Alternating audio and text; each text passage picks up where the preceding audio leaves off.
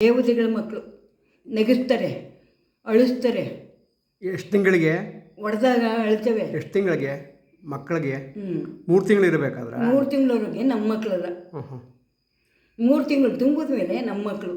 ಅದಕ್ಕೆ ಹುಟ್ಟಿದಾಗ ವಾರಕ್ಕೊಂದ್ಸತಿ ಬಿಸಿಲಿನಲ್ಲಿ ಮಲಗಿಸ್ತಾರೆ, ಮೊರಕ್ಕೆ ಹಾಕಿಟ್ಟಿರ್ತಾರೆ. ಅದು ಶಾಸ್ತ್ರ, ಮೊರಕ್ಕೆ ಹಾಕಬೇಕು ಮಗುನ ಅಂತ. ಹುಟ್ಟಿದ ತಕ್ಷಣ ಆಸ್ಪತ್ರೆಯಲ್ಲಿ ತೊಟ್ಲಿಗೆ ಹಾಕ್ಬಿಡ್ತಾರೆ. ಮೊರಕ್ಕೆ ಹಾಕ್ತಾರಲ್ಲ, ಸೂರ್ಯನ ಬೆಳಕಿರ್ತಾರೆ, ಕಣ್ಣಿದ್ದದ ಇಲ್ವೋ, ಕುರುಡ ಇರಬೇಕು ಅಂತ, ಕಿವಿ ಕೇಳಿಸುತ್ತಾ ಇಲ್ವೋ ಅಂತ ಅರೋಣ ಬೆಳೀತಾರೆ. ಆಯಿತಾ? ತಿರುಗಿ ನೋಡುತ್ತಾ ಇಲ್ವೋ ಅಂದ್ಬಿಟ್ಟು ಹಿಂಗೆ ಹಿಂಗೆ ಮುಖ ನೋಡುತ್ತಾ ಇಲ್ವೋ ಅಂತ 3 ತಿಂಗಳ ಗಂಟು ಚೆಕ್ ಮಾಡ್ತಾರೆ.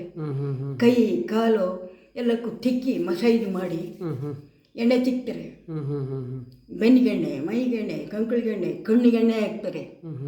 ಎಲ್ಲ ಮಾಡಿ ಆ ಮಗುನ ಎಲ್ಲ ಶುದ್ಧವಾಗಿದ್ದರೆ ಇದು ಸರಿ ಅಂದ್ಬಿಟ್ಟು ಬಿಸಿಲಲ್ಲಿ 3 ತಿಂಗಳು ವಾರಕ್ಕೊಂದ್ಸತಿ ತಂದು ಬಿಸಿಲು ತೋರಿಸ್ತಾರೆ.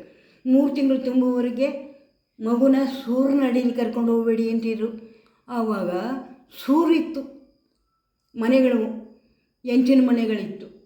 ಅದರಿಂದ ಮಗು ಸೂರ್ಯನ ಅಡಿ ಕರ್ಕೊಂಡು ಹೋಗಬೇಡಿ, ದೆವ್ವಗಳನ್ನ ನಿಂತಿರ್ತವೆ, ಮಲ್ಲಿರಿ ಬಾಣ್ತಿ ಮಗು ಇವೆಲ್ಲ ಅಂತ ಬಾಗಿಲಾಕ್ಬಿಟ್ಟು ಮಲಗಿಸ್ಬಿಡ್ತಿದ್ರು.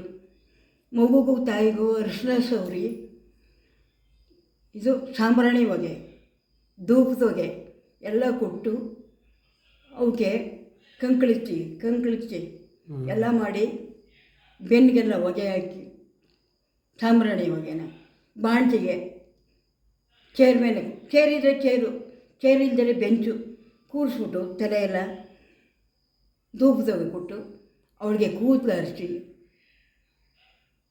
ಧೂಪ ಸಾಂಬ್ರಾಣಿ ಆಲ್ಮಡಿ ಅದನ್ನೆಲ್ಲ ಕೊಟ್ಟು ಅವಳು ತಲೆ ಒಣಗಿಸಿ ಮಗು ಕೊಡ್ತು ಮಲಿಕೆ ಹೋಗು ಅಂತ ಜ್ಞಾನ ಮೊಗೆ ಹಾಕಿ ತೂಗವರು. ಜ್ಞಾನ ತಪ್ಪರೆ ತೊಟ್ಲು. ಮಗು ಬಾಣ್ತಿ 3 ತಿಂಗಳವರೆಗೆ ಆಚೆ ಬರಬಾರ್ದು, ಒಬ್ಬಳೇ ಹೋಗಬಾರ್ದು. ದೆವ್ವ ಹಿಡ್ಕತ್ತದೆ.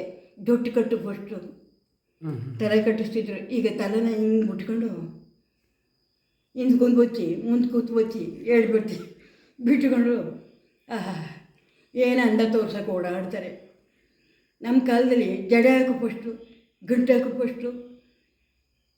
ತಲೆ ಬಿಟ್ಕೊಂಡು ಆಚೆ ಹೋದರೆ ಇತ್ತಲೇ ನೀ ಇದು ಕೊಯ್ತೀಯಲ್ಲ ದವ್ವ ಹಿಡ್ಕತ್ತೆ ಅಂತ ಎದುರಿಸ್ತಿದ್ರು. ಅರಶಿನ ಸವರ್ಬಿಟ್ಟು ಹಣೆ ಕಪ್ಪಚ್ಚಿ ಕಂಡೆ ಕಪ್ಪಚ್ಚಿ ನಮ್ಮನ್ನು ಜೋಪಾನ ನೋಡ್ಕೊತಿದ್ರು. ಮಗುನೂ ಅಷ್ಟೇ, ಕಣ್ಣ ಕಪ್ಪು, ಎಡಗಡೆ ಕೆನ್ನ ಕಪ್ಪು.